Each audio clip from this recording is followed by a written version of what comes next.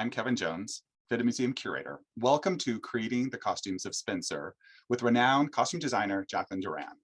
We are thrilled to have you all join us this evening. It is now my pleasure to introduce our esteemed guest. British costume designer Jacqueline Durran has won 2 Academy Awards for Best Costume Design for films Anna Karenina in 2013 and most recently Little Women in 2020, and has been nominated 7 times for the award. She has also won 3 BAFTAs, which is the British Film Academy Film and Television Arts Award, as well as a Costume Designer Guild Award. Jacqueline received considerable attention for her work on Pride and Prejudice, and is also well known for films such as Atonement, Mr. Turner, Darkest Hour, Macbeth, Beauty and the Beast, and many more. And I have to say, we're very proud that we have had examples of all of her costumes from these films in our past annual Hollywood costume exhibitions. Her most recent work can be seen in the much lauded film Spencer, which is inspired by Princess Diana's decision to end her marriage and leave the British royal family. In this pre-recorded conversation, you'll learn how Jacqueline developed and designed the signature costumes for the cast, which includes Kristen Stewart as Princess Diana and Jack Farthing as Prince Charles. After the interview, stay logged in to see unique connections between Diana, Princess of Wales, and the FIDM Museum's permanent fashion collection. Thank you again for joining us. And now we have Jacqueline Durran and Spencer.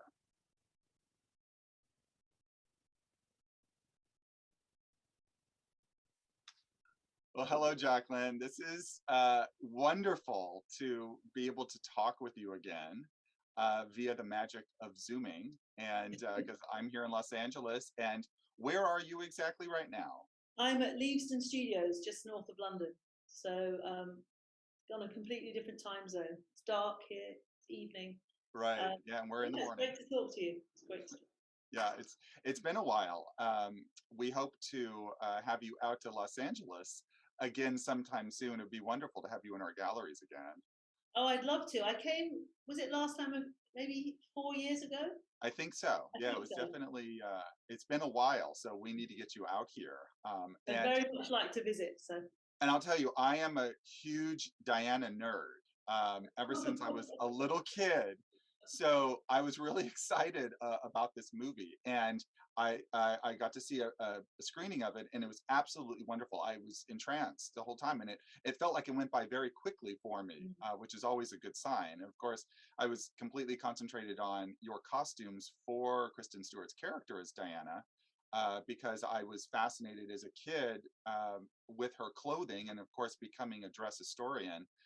It's just kind of this perfect parallel for me personally. So I really appreciate you joining us today to talk about what you did for the film and how you developed each of these characters and looks based on a very, very iconic person. So I'm just going to jump right on in with my first question. And do you have a research philosophy when you approach a film? And specifically for Spencer, did you talk to family members? Did you talk to former staff? Did you go to museums to look at any of her actual clothing? No. The thing about the Spencer movie was it was very much an unauthorized look at her life. So it felt a little bit uncomfortable going to the approaching the palace or approaching any official lines of investigation, because it felt like it may not be the kind of film that they wanted to make. Not that in any way we intended it to be disrespectful or in any way, you know, tarnish Diana's reputation or image or anything else, but it was just because it's a fable about her life. It's not trying to be a documentary or trying to replicate exactly what happened in any particular way. Then I just didn't want to take that route. But I did fantasize about the fact that somewhere there must be a book where someone has written down every item of clothing that she's ever worn, because I imagine that they must record the detail of each costume that she ever wears on an official visit. I mean, you just just imagine that would happen, wouldn't you? Yes, the So I did planning think, involved. imagine if you could get hold of that book and you could see the exact sequence of things, it would be amazing. But no, what I decided to do, it is daunting because she's so photographed. Like I couldn't actually have believed how many photographs there were of her in different costumes over the reasonably short period that we were looking at. Pablo told me at the beginning of the project that it was set. He didn't have a precise date. Obviously, it was Christmas, so if he gave the year, then it would be precise. But he didn't. He said it was somewhere between 90 and 92. And so I decided that the thing to do would be to look at her clothes, look at pictures of her, as many images as I could, between 1988 and 1992. And so I scrolled through hundreds, maybe thousands, who knows, but trying to see themes in what she wore so that I could kind of break into it in a way and see ways of approaching, condensing the looks so that we got the essence of what she wore in that period. But obviously over a very short period of time, we didn't have so many costumes to tell that story. So I wanted to condense, themes in her look and kind of put those into the movie. And especially because you were really in just in one setting too. It's not like Yeah. you were in multiple locations all over the world and things could change and be visually interesting because of just change. Yeah, there's no change. I think you're in the house. It's always winter. There's no variety there. And so I really wanted to capture the idea of what she looked like, but at the same time, not specifically replicate what she was wearing on those dates, though you could do because everything is recorded. So we could have just done the Sandringham costume that she wore on that date in 1992, but we didn't want to because we didn't want our story to be pinned to anything that was exactly fact, because it's a work of imagination, not a documentary. Right. How many costumes did you actually end up creating for Diana's character, but also maybe as a whole with all of the supporting cast? I just can't remember that, to be honest.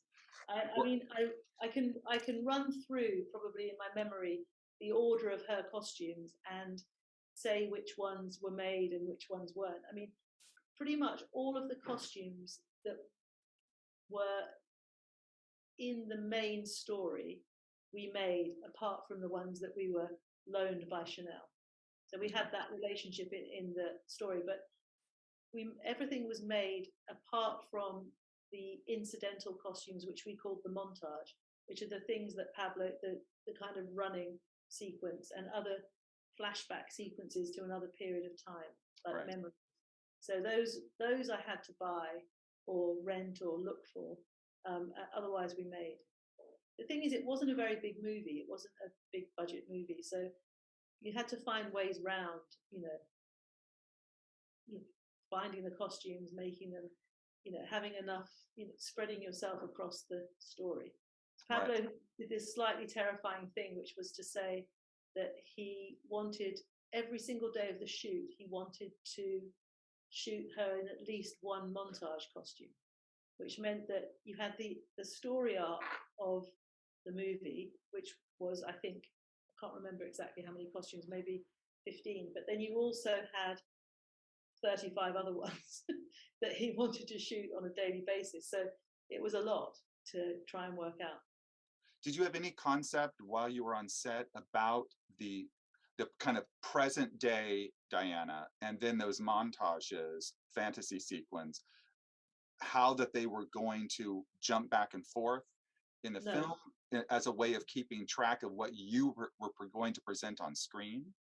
No, it was quite complex actually, because you had the two things running in parallel and you didn't quite know how the unscripted version would work.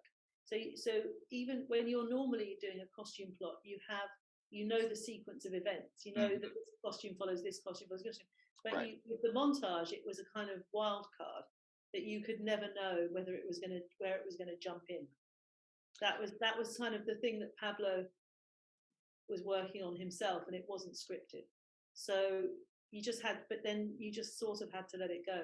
And not only that, you had the whole question of the clothing rail and the allocation of the costumes, and that complexity mixed in with what she actually wore and the montage. So it was this big three-way thing. Because actually, I hadn't mentioned that, is that we also had to do a rail of clothes which were 50% remained unworn, but had to be believably things she would wear.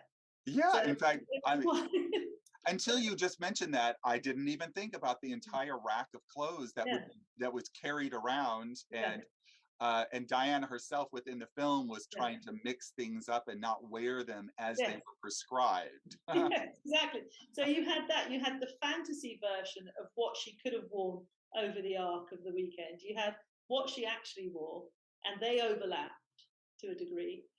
And then you had the other thing. So it was pretty complex. It was, yeah, it was a lot of things to think, to kind of juggle in your head. And also, I, you want to keep it free because it isn't a documentary. It's a creative work being pieced together by Pablo and Kristen, and you want to give them the freedom to experiment and move and, you know, change things, and for it to have life. So you really needed to kind of just be juggling all those things and not kind of becoming oppressed by them. I have to say that one of the aspects of the costuming that you did that I liked very much is that it was really obvious when it was Diana as Diana, the princess, the celebrity, the person on show, and then you had Diana as mother with her Mm-hmm. kids Mm-hmm. and how she dressed and moved around, and then Diana when she was outdoors, Yeah. and how she would dress as anybody would dress in those cold environments in the wintertime. Mm. It was really interesting, and really helped to place instantly the character and to give you a sense of the mindset of, okay, this is Diana acting, this is Mm. Diana being herself. Mm. Mm. Yeah, that was a very important part of it, because it was really important to see that kind of undulation in her life and style, and the kind of pressure of, you know, the public event, and the pressure of, you know, that rigid, you know, list of clothes that she has to wear, that someone's lined up for her. She has to perform all those functions, and that just kind of hanging over her. And then the times when that wasn't the case and she was just able to be herself and be a young woman. And yeah, that was a really important contrast in the movie, and it's something that it fell naturally because we were looking, you know, scene by scene at what would be appropriate, but it was a really important thing. And yeah, I mean, both were interesting experiments, but it was a balance. You know, it was just as interesting trying to work out what those, you know, Diana's own personal wardrobe was, as well as her royal wardrobe. But it was so interesting though, because in this setting, since they were at Sandringham, it's a vast estate, it's private. That's what was so striking for me, is that she still had this royal wardrobe in a private setting with the family that was Mm. prescribed. And Yeah, that's one of the things that helped to make it feel so oppressive. yeah, And they're absolutely. beautiful clothes. Anybody would love to wear them and dress up like a party. But it became psychologically so damaging. Yeah, and it is. I think that is, you know, a key part of the fable. You know, the story. You know, you may have all the things you think you ever wished for, but actually, you know, those things oppress you, Right. and yeah, it's a fairy tale, really. You know. Well, I'd love to talk a little bit about your interaction with Kristen Stewart, who's an American actress playing a British royal, and did you have everything prescribed? Did you force all the costumes on Kristen Stewart, No. or was there a collaboration, a work? How exactly did you work that? Well, the process that we went through was that I met with Pablo, possibly the beginning of November. It was very quick, and we talked through. I put the thematic reference together, you know, as much as I could. So the different themes that ran through her royal wardrobe. You know, the colours that she wore, the contrasts she had, the plaids, all the things that we know and we associate with Diana. So I'd been through that with Pablo, and he'd marked things that he liked, that he responded to. And so I got a kind of sense of the way he was looking at Diana. And it was during COVID. It was a nightmare. Travel was impossible. Even getting clothes was pretty impossible, to be honest. And so Kristen was coming into London on at the beginning of December, and we just prepared the whole kind of costume wardrobe in toiles and unfinished some pieces, just so that we could talk through the whole movie, really, because we had so few opportunities to be together during prep that we just had to plan it all out. And it's also part of Pablo's process, because he is there at the fittings and he photographs things as you go along, and he works with that, I think, on his own in forming his ideas about the movie, how he's going to shoot it, and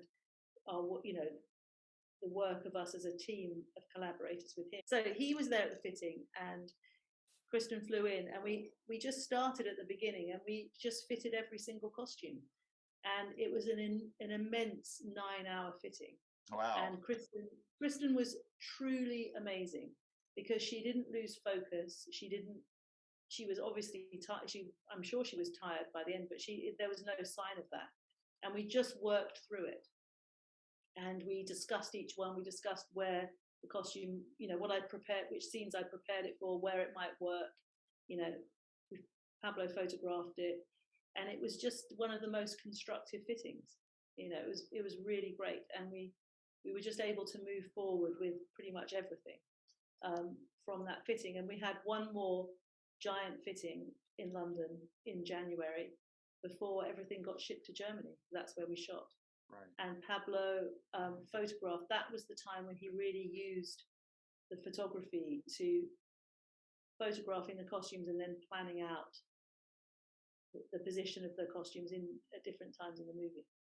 Did all of your planning work out, or were there any hiccups that you had to suddenly really kind of scrap a dress or have to bring in something that you hadn't planned or hoped for? There were a few things. We changed the color of a dress. So we had to quickly remake that, which was a nightmare because the fabric shops were shut. Oh. So everything was just, what I mean, I'm sure that LA was pretty much the same as London. Yes. You just couldn't get things, where you would normally just pop down and get some fabric, the shops were shut. So you had to go through this kind of whole process to try and get a piece of fabric. So that was tricky, and workrooms were smaller. We didn't have a workroom attached to the film because it was too small. So I was using people working in different workrooms, and it was tricky. People couldn't work in the same way.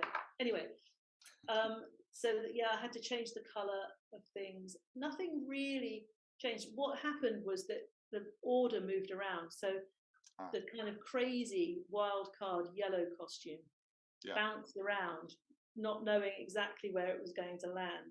And then it was actually during shooting that it landed on the scarecrow, and it was just the perfect place for that costume to be. But it had originated, there was something about it that Pablo liked because of the pirate hat. Diana wore a version of this costume to review, I think, a naval school or something, somewhere in England. And we just, because of the process that we used, where we just took things that Diana wore, but then kind of changed them. So we changed elements, and this was originally a dress, but it became a skirt and jacket. The pirate hat was somewhat like this, but almost the reverse. And so we twisted things around just to make it so that you couldn't pinpoint the moment that Diana wore it. Because in a way, it's distracting. If you are looking at this movie, but Diana's clothes, and you go, but hang on a minute, that's the thing she wore to the naval yard, it would throw you out of the story. Right. But at the same time, you want to pick up on those things that are recognizably hers and use them, so that as an audience member, you look at her and you think, yeah, that's like that's something Diana could have worn. So it was about taking things and kind of owning them for our movie. And since we're looking at right now the yellow ensemble, I did notice that color was very significant for the costumes, because it seemed to be when Diana was playing Diana, she had to be the royal, she had to be the public person, even if she was within the private estate, it was very bold, clear, solid, almost primary colors. Yeah. But then when Diana was being really her own self, she was very muted and she blended into herself. Yeah, exactly. That it was the royal clothes are very much about presentation and kind of being the center of the room and calling attention to yourself and then really retreating from that when you're in a private space. But as you say, her private space never really existed. It was always potentially public. Yeah. Right. Let me nerd out just a little bit because I have one specific question for you. Now, as a 9-year-old, I woke myself up at 2 o'clock in the morning to watch the wedding live. Oh yeah. And I was just thrilled to death. So for the wedding gown, and it only makes a brief appearance in the film, and it's in kind of a fantasy scene. I'm just curious why there's an extra seam going around the skirt. I'm calling you out. Shall I tell you? Shall I be completely honest with you about this costume? Yes, please. Because exactly as you say, on our small, low-budget movie, Pablo, I mean, how could he do this to me? Throws in that we need Diana's wedding dress in the montage. Like, there's no way I can afford to make the wedding dress for the movie. But neither can I hire it because Pablo says, well, she may be running in the woods, she may be out in the fields. If anyone had a replica dress, they would never let me take it out into the countryside. So we had to make one. And we decided that the best thing to do was to buy an 80s wedding dress. Okay. And then add the sleeves and the neck and just do something that we know is not correct because we can't do it. Yeah. But you just have to kind of believe that this is our kind of, it's almost like a placeholder of the wedding dress. Right. Because we just can't afford to make it for this tiny scene. So that's why it is.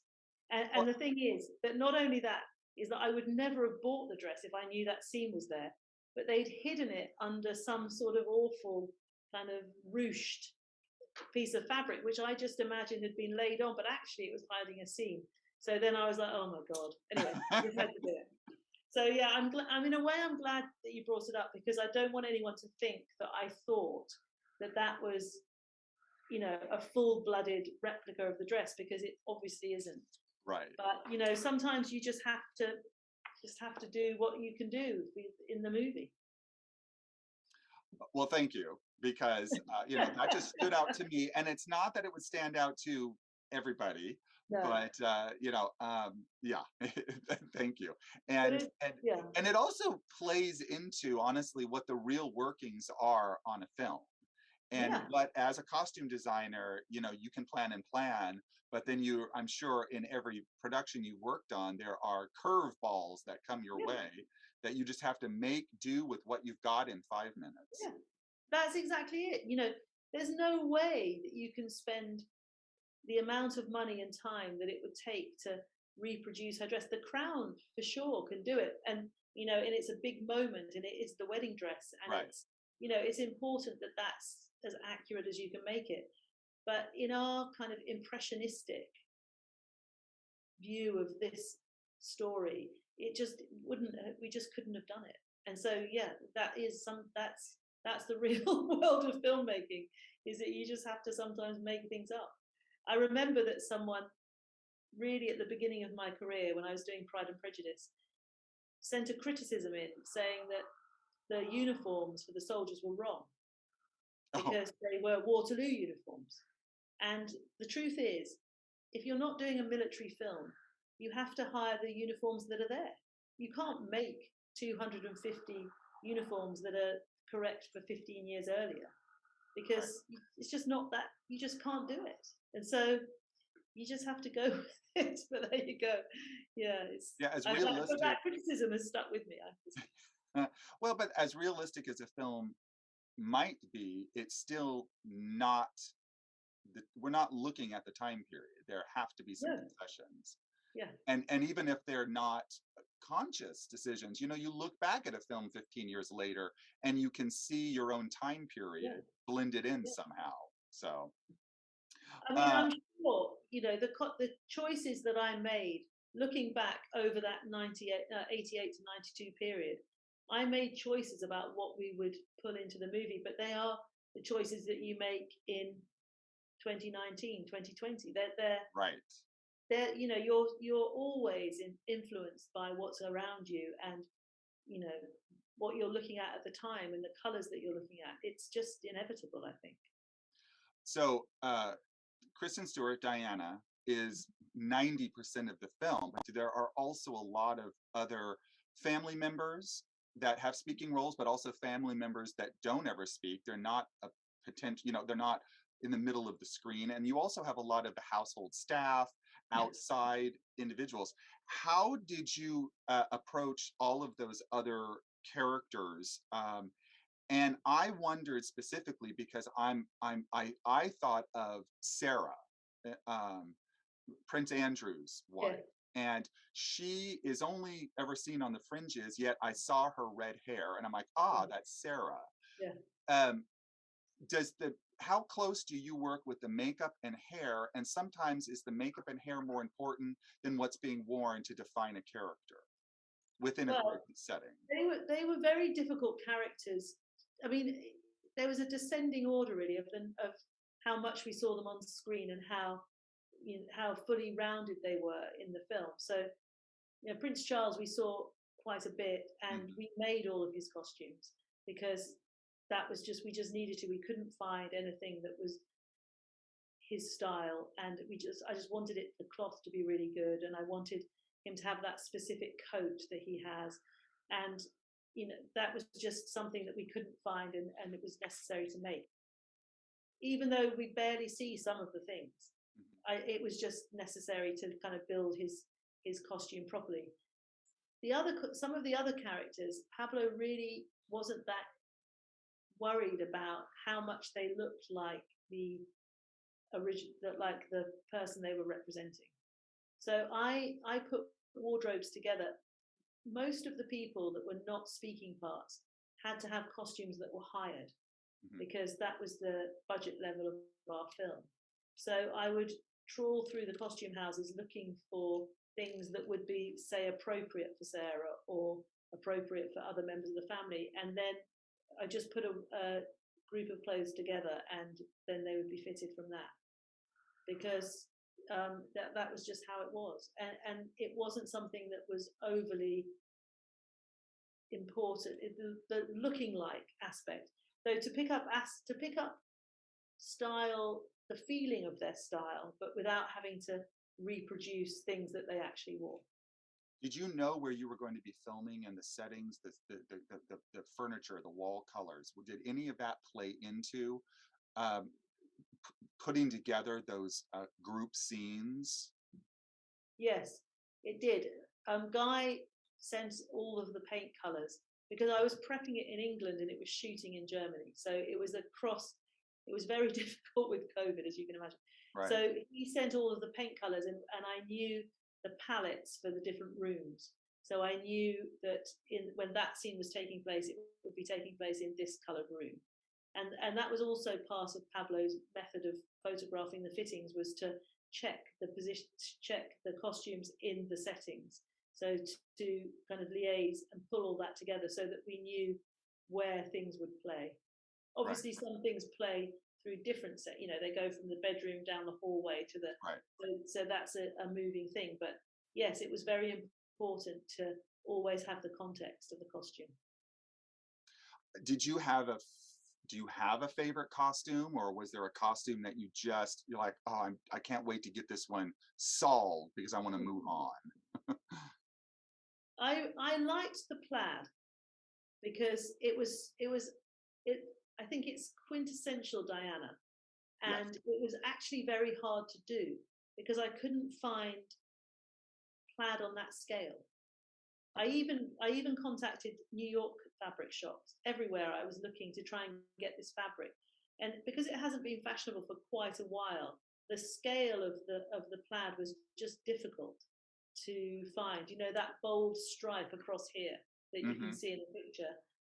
And so I finally found one piece in Cyprus Wow. online. And I was like, oh my God, so Cyprus. So they sent it from Cyprus, and it sort of seemed like it might be enough. I think it was a 3-yard piece or something. And we were like, oh, maybe. And then obviously because you're matching the checks, it just takes more fabric. So when the cutter had cut it, there was literally like tiny pieces left.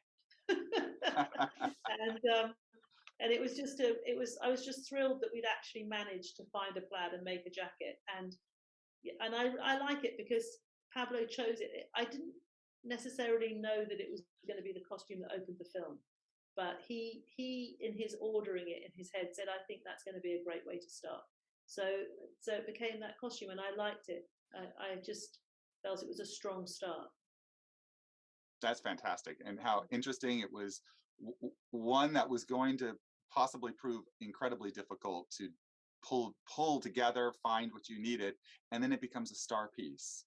Yeah, exactly. So it's, yeah, it's a happy thing.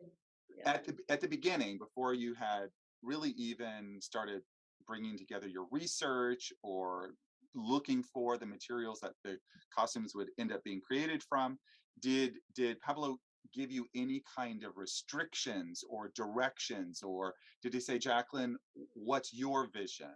Um, how did that come about? I think he pretty much did. I think he left me to look through it and respond to her style and to think it through and mull it over. And I think coming up with the themes that I did, I think was him letting me present to him different directions, and then from those directions he would choose, you know, what he you know, he would say what he responded to from the range that I offered. He didn't really know. He was more responsive to whatever we put forward Hmm. than he was in any way prescriptive. Well, And it's there are some things actually that she wears that were purchases that were just towards the end when she's in her own clothes. The kind of bomber jacket that she wears on the beach, that was a purchase. And the blazer that she wears when she's having the KFC with the kids yeah. is a purchase. The jeans are a purchase. So that when we were moving into that territory, there were some things that we didn't make that we found, which were happy. Well, the stone washed mom jeans, literally spot on, because that is a very specific cut for that late 80s, early 90s. Yeah, I know. And the slightly short leg and the Right. little bumps and everything, yeah. Yeah. And the OPD cap, because one of the things as well is that we didn't want to, as I said, reproduce specific costumes that could be recognized and would have played elsewhere in her life. But there were moments when we just dropped in some things that were absolutely accurate, like the OPD cap, because one of the reference pictures I had was her at an airport wearing the long blazer, the gold buttons, and she had the OPD cap. So we said, should we just do the OPD cap? You know, why not? Let's just drop those things in that are actually accurate, even though they're random and they're, you know, they don't necessarily play in our story. Let's just put them in. Right. Well, we only have a very specific amount of time, and unfortunately, it has come to an end so quickly, as it always does when I'm enjoying talking with you and about a really interesting topic that has so many details that, you know, our students, thank you for them, and for our public for giving us details of the behind the scenes, because it really even helps to bring the movie and your characters more to life, understanding what it takes to do the art form that you have so well honed. So we thank you very much. No, thank you very much. It's a pleasure. Thank you. And we look forward to hopefully having you out to the FIDM Museum again. And we are very excited that we will have costumes from Spencer in our upcoming Hollywood costume exhibition, which we have not had. You know, we've been closed for almost 2 years now. So we're very excited to be opening up again. Do you know which ones you're displaying? I don't at the moment. If you have any specifics, we'd love to hear it, because we want to show off what you want us to have for our students so they can Okay, learn great. the most. Yeah, so Okay, we'll great. talk. I'll do that. Great. Thank you. Terrific. Thank you, Jacqueline Durran. Thanks We very much. appreciate your time. Thank you. Bye-bye. Bye-bye. And thank you again, everybody, for joining us for my pre-recorded interview with Jacqueline Durran. I had the best time. She is such a lovely person, and we've been able to communicate back and forth many times over the years, and it's always a pleasure. And I do, though, want to show you a connection with Diana and the FIDM Museum, because one of our founding donors is Betsy Bloomingdale of the famous Bloomingdale's department store family. And she donated the very first couture clothing to us in 1977. And she was one of the people that was actually invited to the royal wedding of Charles and Diana in 1981. And she wore this kind of an orangey, peachy, and green silk couture. This is Marc Bohan for Christian Dior. He was the longest fashion director, art director for House of Dior. 30 years was his career. And he and Betsy were very, very good friends. And he custom created this ensemble for her, including the hat that she's wearing. The photo shows the ensemble. So it was the dress with a separate belt. And then she had a matching kind of a cape that went over it. And you can see in the photograph that she is there with her husband, Alfred Vanderbilt. This was actually the last public appearance of Alfred before he passed away not too soon afterward. But the hat actually was also created by Marc Bohan for Betsy. And we have that in the collection as well. And what you can't see in the photograph of them is that Betsy pinned a little gold and diamond bow brooch to the band of the hat. And it was given to Betsy by Alfred when they were engaged back in 1946. So it was obviously something very special to her. And she left that on the hat all those years later until she donated them to the FIDM Museum.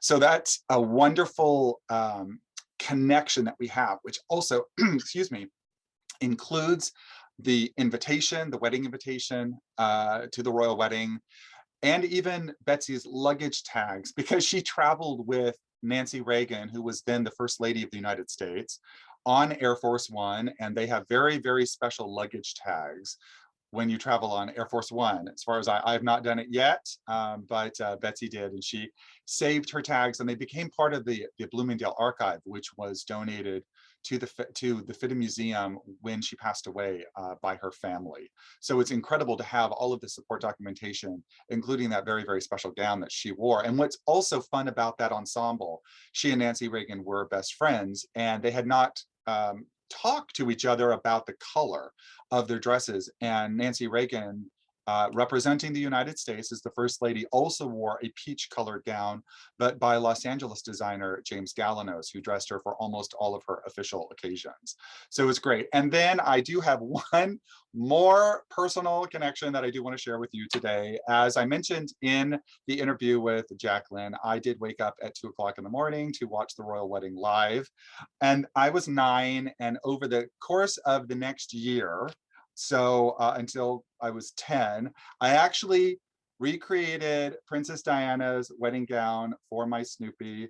And here it is, including the very, very long train. Diana's was 25 feet long. Snoopy's is not quite that long, but it's pretty long. And I even embroidered, let's see if I can get this, 1,100 pearls onto the gown itself. And I was very proud because I was looking at pictures of Diana and all the different books I had that I collected, and I created the patterns for the dress and created this, and my grandmother even helped me to sew it. So it's something, you know, very special.